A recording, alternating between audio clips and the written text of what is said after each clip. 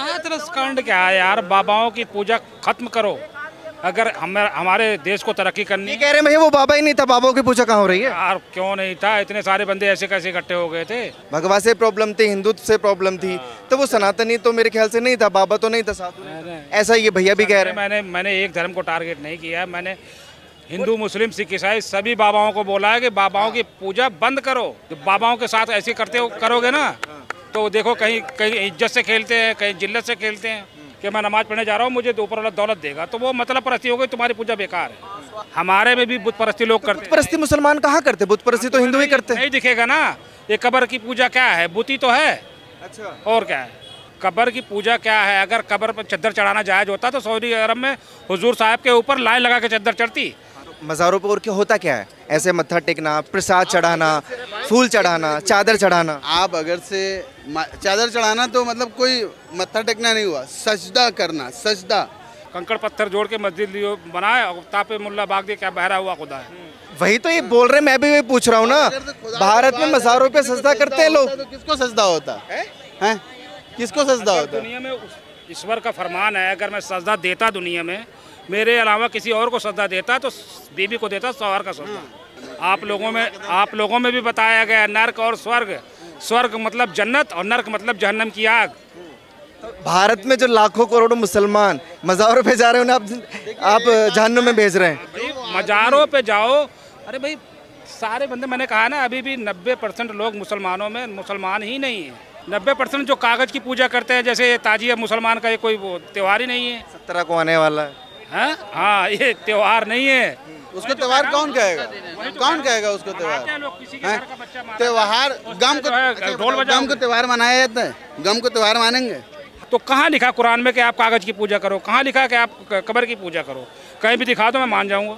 Highway बन गए। अच्छा खान साहब, क्या नाम है आपका? मुशर्रफ। हाथरस कांड को लेकर क्या विचार है? हाथरस कांड क्या है यार, बाबाओं की पूजा खत्म करो अगर हमारे देश को तरक्की करनी। ये कह रहे हैं भाई वो बाबा ही नहीं था, बाबाओं की पूजा कहाँ हो रही है? यार क्यों नहीं था, इतने सारे बंदे ऐसे कैसे इकट्ठे हो गए थे।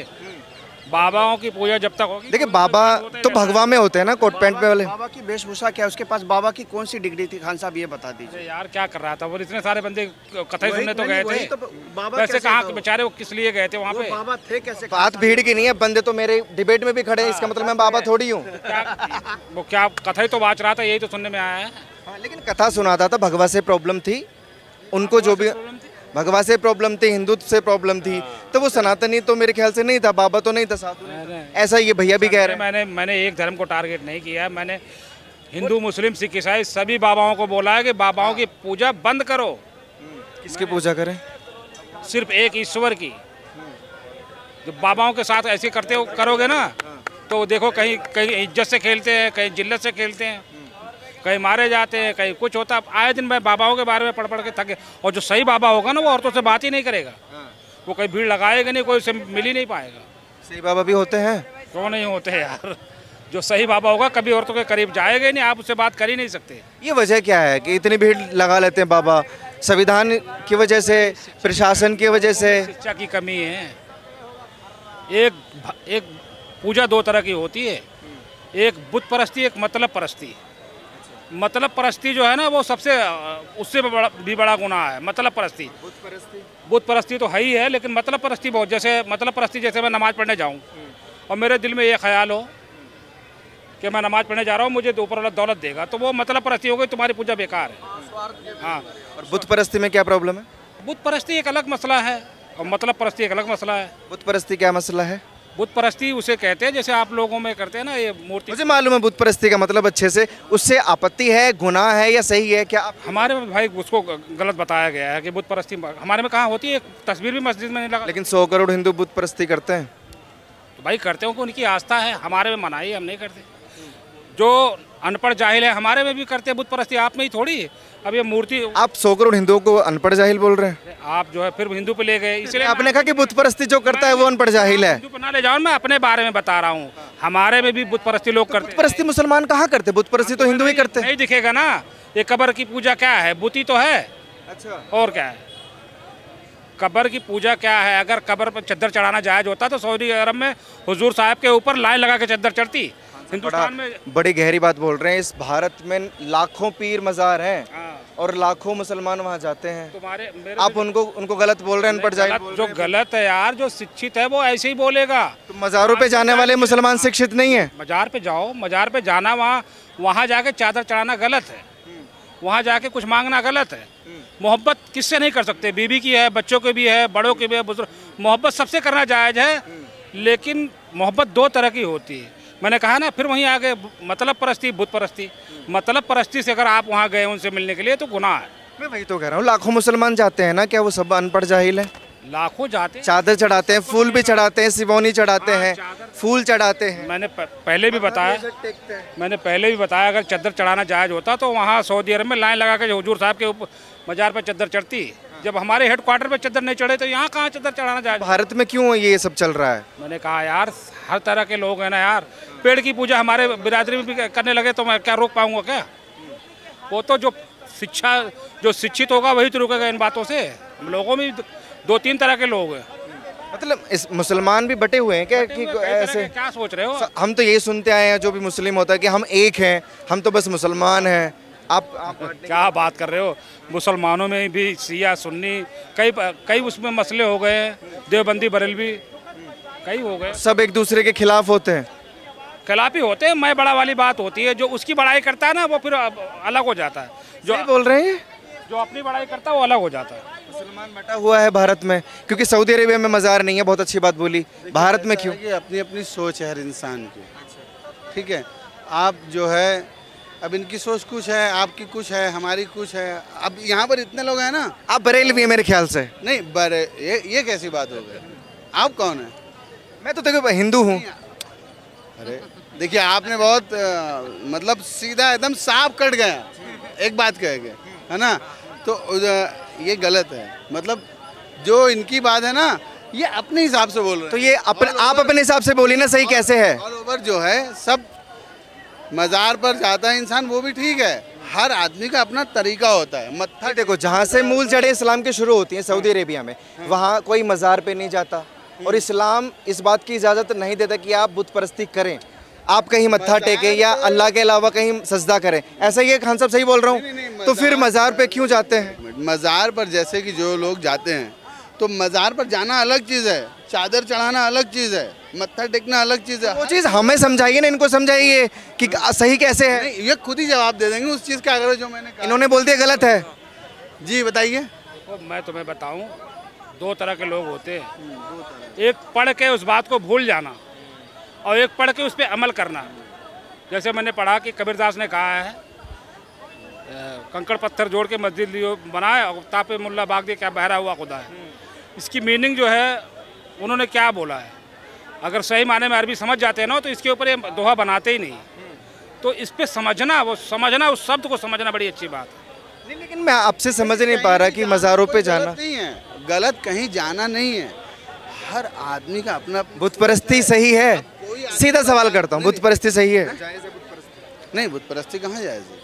मज़ारों पर और क्या होता क्या है? ऐसे मत्था टेकना, प्रसाद चढ़ाना, फूल चढ़ाना, चादर चढ़ाना। आप अगर से चादर चढ़ाना तो मतलब कोई मत्था टेकना नहीं हुआ। सजदा करना, सजदा सिर्फ एक खुदा को जायज़ है, उसके अलावा किसी को नहीं। हाँ, सजदा। फूल चढ़ाना खान साहब क्या है? चढ़ाना मतलब ये आदमी शौक से चढ़ा रहा है, अगर से वो किस हिसाब से चढ़ा रहा है पता नहीं, वही जान रहा है कि नहीं? वो वही जान रहा है। सजदा सिर्फ खुदा के आगे, वरना किसी के आगे सजदा नहीं है। बस वही तो ये बोल रहे, मैं भी वही पूछ रहा हूँ ना। भारत में मज़ारों पे सजदा करते हैं लोग। तो किसको सजदा होता है? किसको सजदा होता है? दुनिया में ईश्वर का फरमान है, अगर मैं सजदा देता दुनिया में, मेरे अलावा किसी और को सजदा देता तो बीबी को देता सवार का सजदा। उसने साफ कहा है अपना उपदेश। ये तो पता ही नहीं रहा खुल के। ऐसे लोग जो बुत परस्ती कर रहे हैं, सजदा किसी के लिए कर रहे हैं, गुनाह में क्या मिलेगा? मतलब क्या लगता है, क्या सजा होनी चाहिए आपके हिसाब से? वो आप लोगों में भी बताया गया, नर्क और स्वर्ग मतलब जन्नत और नर्क मतलब जहन्नम की आग।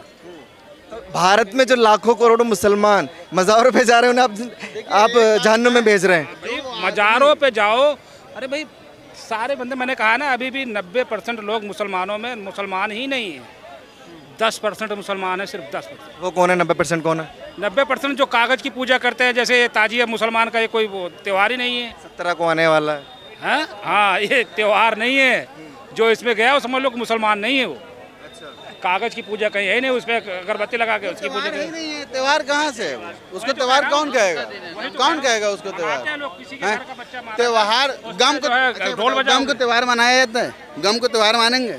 हमें तो नहीं पता, देखिए इस्लाम आप बेहतर जानते हैं। नहीं, आप भी इतने लोग से जो तो डिबेट मतलब वो करते हैं, बात लेकिन उनकी आपको नहीं लगता कि उनकी आस्था है, वो कर रहे हैं ऐसा? तो अब हम उनको बुरा थोड़े ना कह रहे हैं, हम उनको कहाँ बुरा कह रहे हैं, हम किसी को बुरा कह रहे हैं। आप अब लगे इनडायरेक्टली आप बोल रहे हैं कि गम को त्योहार नहीं बनाते, तो वो तो कर बना रहे हैं ना। बात बहुत करते हैं, मैंने अपने बारे में बताया, बुत परस्ती खींच ले गए अपनी तरफ, ये फंसाते बहुत है। खींचने का ही तो मेरा काम है खान साहब, लेकिन जो आस्था है उनकी, देखिए मुझे इतना मालूम है कि शिया कम्युनिटी जो वो मुहर्रम मनाती है, सुन्नी नहीं मनाता। I am right?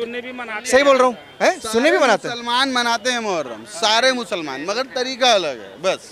सारे मुसलमान मनाते हैं, कोई मुसलमान ऐसा नहीं है जो नहीं। तरीका ही तो आपका अपना तरीका है, वो अपने तरीके से मना रहे हैं, क्या प्रॉब्लम है? कोई आदमी मंदिर में पूजा करता है, कोई आदमी गुरुद्वारे में जाता है। हाँ, सब लोग की अलग अलग सिस्टम है ना, अब किसको क्या कहोगे? वही बोल रहा हूँ ना, तो उनके तरीके से प्रॉब्लम क्या है आखिर? प्रॉब्लम नहीं है, वो समझे, वो जाने, उनका काम जाने, हमसे क्या? फिर आपने क्यों बोला कि गम को त्योहार नहीं मनाते?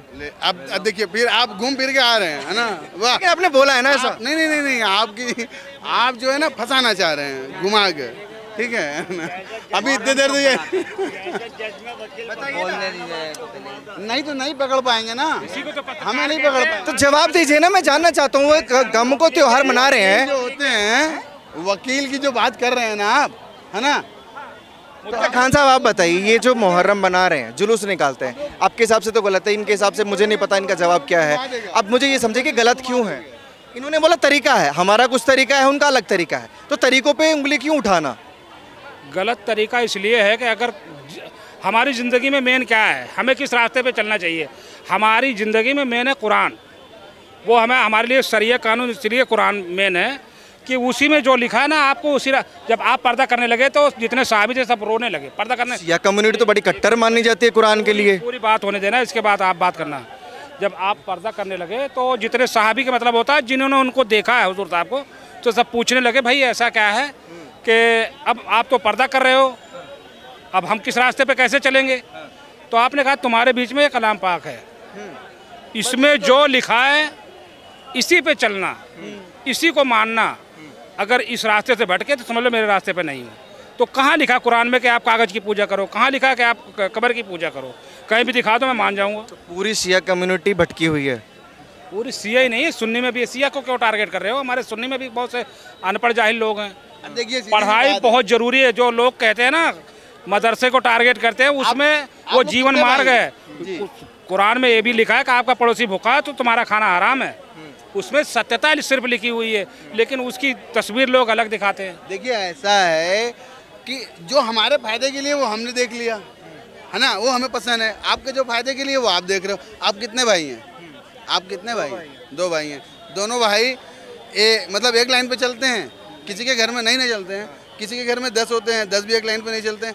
अब अगर से कोई आदमी पश्चिम जा रहा है, कोई पूरब जा रहा है, कोई उत्तर, कोई दक्षिण जा रहा है, तो किसको किसको समझाएंगे हम समझ जाएं। सबसे मेन काम ये है, बस अगर हमने समझ लिया कि बातें इस्लाम को लेकर हम सुनते हैं कि इस्लाम एकता सिखाता है, इस्लाम में एक खुदा है, तो आप तो बड़े उल्टी बातें मुझे बता रहे हैं कि 10 भाई हैं तो 10 चले गए, मतलब सिया अलग है तो वो अलग जा रहा है, सुन्नी है तो वो अलग जा रहा है, बरेली भी अलग जा रहा है, देवबंदी अलग जा रहा है। कह रहा हूं कि लोग अपने हिसाब से चलते हैं। लोग पढ़ाई जरूर पढ़ी होगी लेकिन रिसर्च नहीं किया है, और जो लोग रिसर्च ना करें ना उनको इस डिबेट में ना लपेटा करें।